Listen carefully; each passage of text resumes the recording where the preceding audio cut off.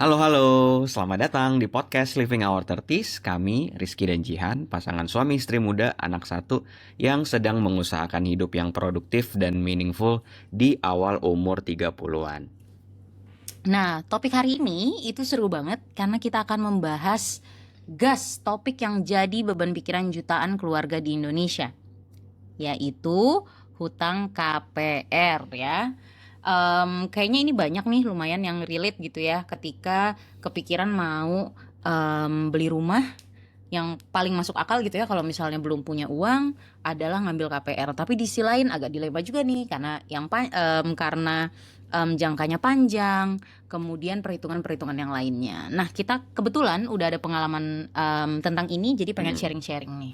Betul banget. Jadi teman-teman ini cocok banget untuk yang baru berpikir mau ambil KPR, yang sedang memperjuangkan KPR, atau yang mau melunasi nih KPR. Karena kita mau cerita gimana kita mempercepat pelunasan 11 tahun, mah. Wow, Iya, jadi itu yang dipercepatnya. ini dipercepat 11 tahun. Nah, harusnya 16 tahun, tapi kita udah selesai di tahun kelima. Jadi cerita dikit, di akhir tahun 2018 itu uh, Rizky sudah mulai tanda jadi rumah gitu ya. Kayak sudah mempersiapkan DP. Februari 2020 itu sudah melunasi DP-nya dan mulai akad untuk KPR 16 tahun di area Depok. Nah, sekarang kita sudah alhamdulillahnya nih per Februari 2025 kemarin kita sudah melunasi KPR-nya dan ini bisa dibilang pencapaian paling dibanggain kita as a keluarga ya so far gitu. Gitu sih. Ya, pertama karena memang jumlahnya yang lumayan besar gitu ya, dan memang kita per bulannya kita check and control gitu ya, sesuai nggak nih kalau misalnya kita mau melunasin lebih awal, mulai dari volumenya yang memang besar sekali, tapi juga karena dalam 5 tahun ini emang kita sama-sama gitu ya kerjasama, gimana rasanya juggling all of the expenses, tapi juga fokus untuk melunasi ini. Jadi rasanya tuh kayak teamwork banget gitu. Betul. Iya, jadi ceritanya memang waktu ambil rumah ini tuh Rizky sendiri belum kenal nih sama Jihan, bahkan belum ketemu nih kita gitu ya. Cuman akhirnya setelah tanda jadi DP itu kan selanjutnya kita bareng-bareng semua. Jadi istilahnya ya rumah ini tuh kerja keras bersama kita lah, pencapaian kita berdua sebagai keluarga. Nah ini sebenarnya yang perlu ditanyain juga gitu. Kayak sebenarnya kan KPR ya udah per bulan. Terus kayak kenapa kita ngebet pengen segera dilunasin gitu ya. Nah itu mungkin yang banyak ditanyain nih. Mungkin mau share nggak? Hmm. Kalau mama sih ya, em, mama ngerasa it's such a big mountain gitu ya. Jadi kalau kita selesain lebih awal, hidup lebih tenang gitu ya. Rasanya udah debt free karena itu kemungkinan besar adalah the biggest debt we've ever taken gitu ya ke depannya. Nah, hidup lebih tenang dalam artian setelah yang ini selesai kita bisa fokus ke hal-hal yang lain nih big expenses lain kayak misalnya dana pendidikan, dana anak dua gitu. Nah, kalau misalnya udah selesai untuk ngebuka chapter lain itu rasanya mungkin lebih tenang gitu ya kalau dari mama secara psikologi. Tuh, jadi perasaan debt free itu jadinya kayak berapapun uang yang masuk nggak ada nih kewajiban kita untuk bayar utang ke orang lain. Jadi kayak ya udah masuknya berapa itu yang kita benar-benar dapat gitu. Beda rasanya waktu dulu kita masih KPR tuh kan kita dapatnya berapa persen itu udah langsung nih dari payroll tuh masuk gitu ke KPR. Jadi kita ngerasanya kayak apa ya selalu ada kewajiban kita untuk ngebayar gitu. Nah, sebenarnya yang kedua yang lebih lebih ini ya, lebih objektif juga itu sebenarnya tentang beban finansialnya. Karena teman-teman mungkin tahu kalau KPR itu kan pinjaman ya, pinjaman bank gitu istilahnya. Dan kalau KPR berjangka kayak misalnya say kita ambil 16 tahun, itu biasanya di 5 tahun pertama itu proporsi bunga banknya itu mungkin di atas 60-70% bahkan gitu kayak tinggi sekali. Jadi sebenarnya kita itu ngebayarin bunga bank di awal-awal.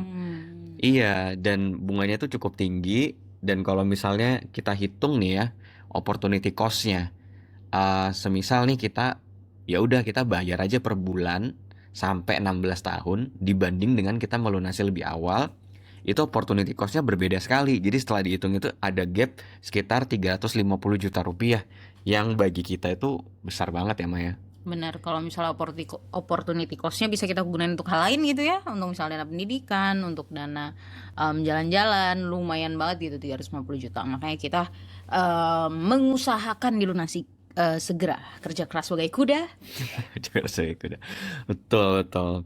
Jadi kalau dibayangin aja kayak wah ini sebesar itu yang kita bayarin gitu ya untuk Ke bank. bank. Iya kita sih nggak ridho ya. Kita kayak mending kita pakai yang lain kalau Enak emang aja. bisa gitu. Nah tadi kita udah ngebahas sih sebenarnya kenapa. Tadi Mama mention tentang lebih tenang, debt free gitu ya. Terus dari sisi perhitungan finansialnya juga sebenarnya opportunity cost-nya tuh besar gitu. Kalau misalnya kita ya udahlah kita bayar-bayar terus aja gitu. Walaupun mungkin nanti 15 tahun lagi angka yang kita bayarkan tuh karena inflasi karena apa? Oh nggak terlalu besar ya rasanya, tapi tetap aja gitu. Uang sebanyak ini tuh cukup besar bagi kita. Benar. Nah, Karena kan kalau ilmunya itu 10.000 sekarang sama 10.000 di masa depan, mendingan 10.000 sekarang gitu ya value-nya. Nah, terus sekarang kalau misalnya kita refleksi ya, sebenarnya sih apa sih poin-poin yang kita lakukan supaya bisa lunas lebih awal? Apa sih yang kita fokuskan waktu itu ya, kita komitmen kayaknya kita harus ngelakuin 5 hal ini deh gitu. Nah, ini bakal kita jelasin ya satu persatu ya. Kalau dari Mama, yang menurut Mama hal simple tapi sebenarnya penting banget adalah check-in rutin bareng pasangan. And we do it periodically gitu ya. Kadang sebulan sekali, 2 bulan sekali, tapi check-innya itu wajib. Dan check-innya itu bentuknya kayak gimana? Kita memang siapin toolsnya gitu ya, yang kayak emang spreadsheets, kemudian semua m-banking kita gitu. Jadi gimana caranya kita bisa transparan ke pasangan ini pengeluaran kita. Jadi bukan cuma kayak control and check kayak kok pengeluarannya gede banget sih bulan ini, nggak kayak gitu, tapi lebih kayak kontrol budgeting. juga, iya. Ada budgeting Benar, yang budgetingnya jelas. gitu. Kayak kalau memang besar ini kenapa? Misalnya karena ini karena periode Lebaran, jadi kita ada mudik dan itu lumayan besar gitu ya. Dan itu ketika dipikirkan, harusnya ini memang sudah terbudget karena rencana mudik kan udah dari lama gitu ya. Jadi kita juga belajar nih gimana caranya setelah check-in kita budget lebih baik untuk future gitu. Betul. Jadi emang kita kan sama-sama kerja kantoran juga ya, yang mana kayak selalu terbiasa dengan weekly, bi-weekly, monthly, quarterly ya gitu-gitu. Kadang kita kayak, oh ini kita lakuin di kantor, kita bener-bener prepare banget, tapi untuk di rumah kita nggak lakuin gitu. Makanya kita juga lakuin, kita sebutnya money date ya, per bulan. Terus di situ kita ngebahas budget kita, jadi budget yang akan yang kita secara reguler kita lakukan ya, kayak ada berapa budget untuk investasi dan tabungan, berapa budget buat fixed cost, berapa budget buat guilt free spending gitu. Itu yang kita terus-terusan cek dan make sure kalau misalnya ada yang lebih dari itu jelas aja kayak kenapanya dan bisa di cover dengan yang lain. Dan sebenarnya karena dari awal juga kita udah same values, jadi sebenarnya kekontrol aja gitu ya semuanya ya. Mungkin aku mau ngasih satu tips untuk flare it up this check-in routine adalah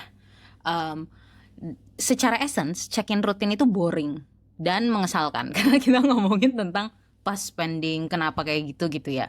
Nah jadi make it fun, entah itu dibikin jadi kayak date, kayak ngopi bareng gitu bawa laptop gitu, dibikin kayak money date, atau misalnya kayak literally kalaupun di rumah gitu ya, itu emang kayak yuk sambil bawa snack gitu. Jadi kayak make it fun, karena jangan sampai check-in rutinnya berasa kayak lagi monthly di kantor gitu. Betul ya. Nah selanjutnya itu caranya gimana biar kita bisa ngelunasin lebih awal.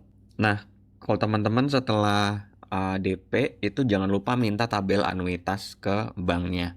Atau mungkin di luar sana ada banyak website yang memprovide itu. Jadi teman-teman masukkan aja plafonnya berapa, terus jadinya per bulannya itu teman-teman bayarnya berapa, bunganya berapa, dan pokoknya itu berapa yang berkurang gitu. Dari situ teman-teman bisa merencanakan, jadi sebenarnya aku bisa mulai menabung untuk pelunasan itu kapan, dan proyeksi pemasukan yang teman-teman nanti bisa dapatkan tuh berapa. Jadi bisa dihitung-hitung dari situ tabel anuitas itu. Nah, pada saat itu kita tuh butuh kurang lebih 3 tahun nih dari sejak direncanakan untuk lunas lebih awal. Jadi kita memang kayak selain bayar KPR, kita juga memfokuskan tabungan kita tuh untuk ya udah kita harus fokus ke pelunasan gitu. Jadi emang ngumpulin uang banyak banget untuk pelunasan ini, dan itu benar-benar terbantu dengan melihat tabel anuitas itu. Dan di tabel itu kalau teman-teman lihat sebenarnya kayak waduh ini misalnya apa namanya per bulan kita say 5 juta gitu. Nah, itu biasanya 4 jutanya buat bunga itu kan, kayak rasanya wah ini kok terus-terusan kita melihat ini kayak kita istilahnya sodakoh aja lah, kita infak ke bank gitu kan, kayak ngasih bunga ke bank padahal sebenarnya kita sangat-sangat membutuhkan capital itu gitu. Itu sih. Dan mungkin nambahin angka 3 tahun gitu alhamdulillah ya buat kita masih bisa diusahakan gitu. Tapi itu tentu aja bukan standar atau Betul. kayak karena setiap orang pasti beda-beda gitu ya. Mm-mm. Dan ini juga bukan memperhitungkan bahwa melunasi itu sudah pasti lebih baik gitu. Apalagi kayak di bawah 5 tahun itu nggak gitu juga. Karena balik lagi kalau alhamdulillah di kita setelah kita proyeksikan gitu ya pemasukan anuitasnya, kayaknya kita bisa ngejar nih kurang lebih 3 tahun gitu untuk lunas lebih awal. Tapi Betul. kalau teman-teman ternyata masih bisa, oh kayaknya harus di spread out nih, atau ada pertanyaan kayak aku bisa sih early tapi ya misalnya kayak 11 tahun 12 tahun apakah masih worth it gitu. Itu masih bisa dihitungkan sendiri tadi ya. Yang bisa dilakukan adalah memperhitungkan opportunity cost-nya Mm-mm. ya, dengan proyeksi pemasukannya teman-teman. Betul. Nah, yang selanjutnya nih, ini yang aku lumayan suka, cuman kadang suka bikin cekcok juga ya sama istri juga, Cocok. adalah live below your means gitu. Jadi kita tidak upgrade lifestyle ya.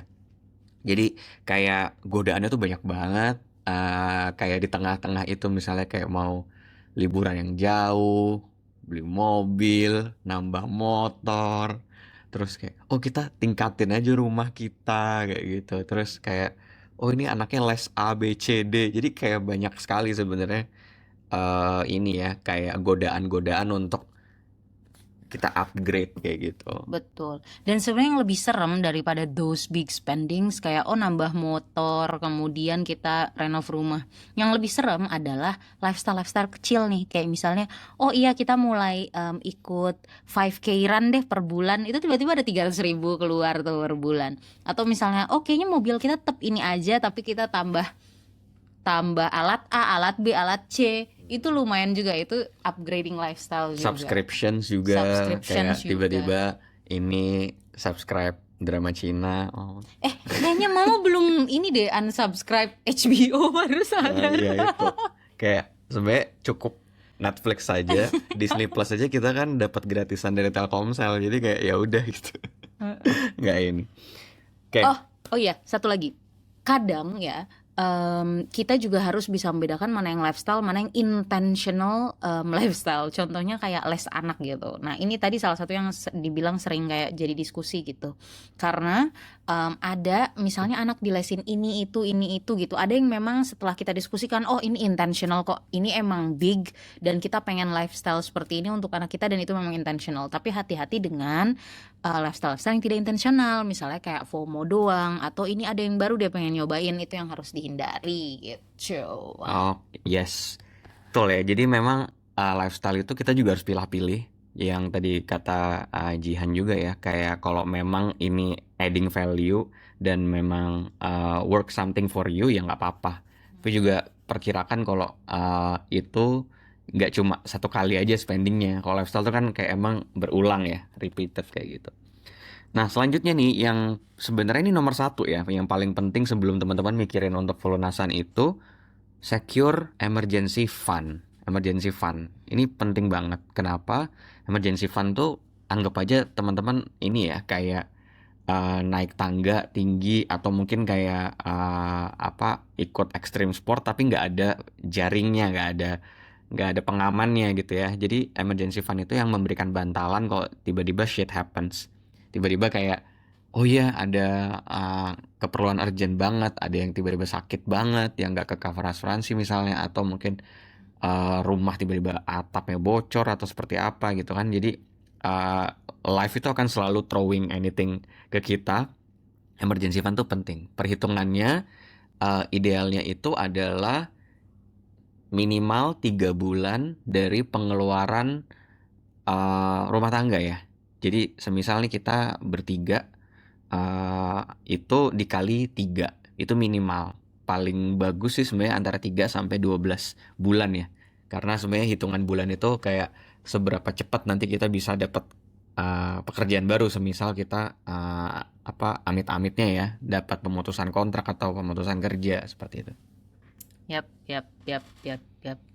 Terus kadang kita agak kepedean gitu kayak kayaknya enggak deh, kayak we've been doing good selama 5 tahun, tapi kayak look at keluarga lain ataupun generasi-generasi sebelum kita, kayak yang namanya itu tuh kita nggak pernah tahu gitu ya, yang namanya hidup gitu. Kemarin nggak dengerin podcastnya Mbak Prita Gozi ya. Jadi dia bilang kalau di US tuh sekarang ada lagi. Jadi selain emergency fund tuh ada namanya buffer fund. Jadi buffer fund tuh kayak lapis. Sebelum emergency. Iya, sebelum emergency. Kadang kan kayak ada hal-hal yang kayak urgent, penting, tapi sebenarnya kayak ini perlu pakai emergency apa enggak ya? Kayak gitu. Jadi hal-hal yang kayak gitu bisa dipakai buffer dulu, dan katanya orang-orang yang punya buffer fund itu jadi kayak masih ada lapis sebelum emergency fund, itu bisa mengurangi bengong-bengong 2 jam dalam 1 minggu. Karena kayak ngerasa kayak oh iya nih hidup gue kayak enggak. Jadi kalau ada emergency fund tuh kita berani mengambil resiko, kita tidak takut-takut untuk aduh mau ngelakuin ini takut, mau kemana takut gitu, karena ada emergency fund tadi jadi lebih tenang gitu sih. Yap. Nah yang terakhir ini kesukaannya Rizky ya. Jadi emang kalau ngantor dengerin podcast sambil makan di kantor gitu-gitu ngelihat atau mungkin lagi keluar gitu dengerin konten-konten tentang debt free dan rich life. Biasanya yang aku suka itu dengerin Dave Ramsey, Ramit Sethi, terus juga konten-kontennya The Finance ya, Prita Gozi itu juga oke. Ada Kosem sama Claudia itu juga kadang kita dengerin juga. Jadi kita dapat support system gitu. Betul. Dan yang lebih penting selain mendengarkan adalah sharing. Jadi Rizky itu paling sering ketika udah ngedengerin konten bagus tuh dia ingetin gitu ya poin-poin bagusnya. Terus sampai rumah di sharing. Jadi ada 3 hal yang aku pelajari hari ini gitu. Nah itu membuat Rizky semakin ingat dan Jihan juga jadi tahu gitu ya. Jadi it's very important dengerin konten itu jangan lewat kok doang kontennya gitu ya, tapi dipahami juga. Didiskusin, iya. Karena kadang ada yang kayak oh ini bisa, ada yang nggak applicable juga. Kayak contohnya Dave Ramsey itu dia punya steps untuk money management gitu ya. Dan stepsnya itu kalau versinya dia itu perlu nyiapin college fund dulu gitu sebelum kita ngelunasin rumah. Padahal sebenarnya kalau mungkin konteksnya kita kalau di US mungkin lebih kayak gitu ya konteksnya ya. Aku nggak tahu konteksnya kenapa di US kayak mempersiapin college fund dulu sebelum rumah diselesaikan. Apa mungkin rumahnya tuh mahal banget atau seperti apa. Tapi kayaknya kalau di sisi kita ngelihat oh ini yang paling besar sekarang dan bakalan jadi long term itu rumah, jadi kita lakuin itu. Jadi emang nggak yang ditelan mentah-mentah semua, kita harus sesuaiin sama kebutuhan kita. Betul, dan mendengarkan konten-konten itu tentunya membuat proses pelunasan di bank juga lebih lancar karena kita juga banyak belajar gitu ya dari konten-konten itu ya. Boleh Pak, gimana nih kita jelasin tentang proses pelunasannya waktu itu kayak gimana? Ribet nggak?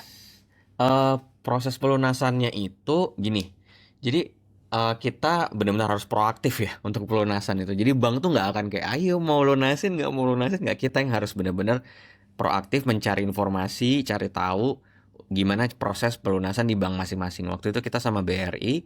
Nah di BRI itu ada account manajemennya ya. Biasanya kalau mau pelunasan gimana? Oh ada surat pengajuan pelunasan. Terus diinformasikan lagi, oh iya nih ada denda 5% dari pokok yang dibayarkan. Jadi emang kalau pelunasan seluruhnya atau mungkin pelunasan sebagian itu ada dendanya ya, karena kan bank mungkin losing opportunity dapat bunga gitu kan. Jadi mungkin ada dendanya seperti itu.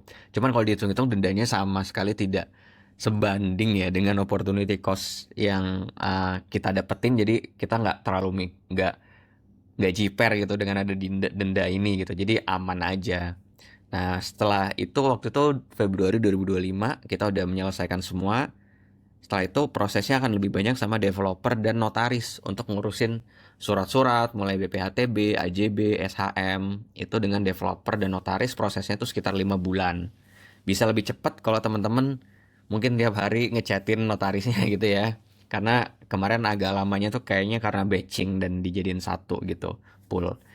Seperti itu teman-teman, dan kita juga bisa narik sisa dana dan asuransi di bank ya, jangan lupa, karena kan waktu pertama kali bayar tuh kita harus bayar 1 bulan full gitu kan, itu 1 bulan itu bisa diambil plus ada asuransi rumah dan kebakaran itu juga bisa di withdraw gitu sih. Jadi prosesnya seperti itu kurang lebih sih. Kita 5 bulanan ya setelah Februari itu udah selesai semua, surat-surat sudah selesai, SHM udah ada, AJB, pajak itu semuanya kita sudah beres sih. Mungkin ini kalau teman-teman agak bingung gitu ya. Jadi proses pelunasan itu mulai dari mana? Titik pertama keduanya itu mulai dari mana, Pak? Titik pertamanya kumpulkan uangnya dulu, Oke. dan kita harus sekalian menghitung denda Oh, banknya ya, dendanya, biaya notarisnya. jadi kayak caranya tuh pertama ngumpulin uang, dan yang kedua mungkin informasi ke banknya. Kan biasanya ada AM-nya tuh, ada account manajemennya itu, tanyakan kalau misalnya kita pelunasan di bulan ini kira-kira berapa, minta dihitungkan. Terus juga ada biaya-biaya lain nggak untuk ini pelunasan itu. Biasanya mungkin disertakan, tergantung deal-dealan awalnya ya. Karena kan ada yang developer gratis BPHTB, gratis ini apa namanya, pajak-pajak lainnya gitu kan, surat-surat lainnya itu disesuaikan aja. Nah, baru nanti setelah tahu informasi itu disiapin aja uang dan prosesnya gitu. Ya, begitu ya teman-teman ya. Semoga membantu bagi yang ingin segera melunasi di bank. Ya, kita doain teman-teman yang sedang memperjuangkan pelunasan bisa segera lunas, karena kita juga mau share juga sih rasanya gimana sih setelah melunasi, hidup setelah debt free itu kayak gimana. Kita mulai dari kita kira sebelum melunasi itu kita kira bakal kayak langsung happy aja, semuanya tuh dopamin gitu di kepala, happy happy happy gitu kayak kembang api. Tapi ternyata mulai dari mama ya, kalau mama tuh perasaannya